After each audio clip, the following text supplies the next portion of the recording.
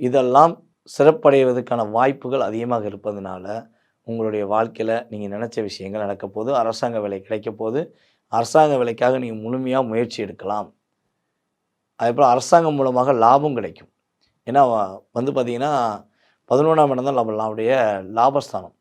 அந்த லாபஸ்தானத்தை குரு பார்வை மூலமாக பார்ப்பதனால லாபங்கள், அரசாங்கம் மூலமாக லாபங்கள், அரசாங்க வேலையின் மூலமாக லாபங்களை பெறுவதற்கான அற்புதமான காலகட்டமாக கும்பராசினியர்களுக்கு இருக்கப் போகுது என்பது நிதர்சனமான உண்மை.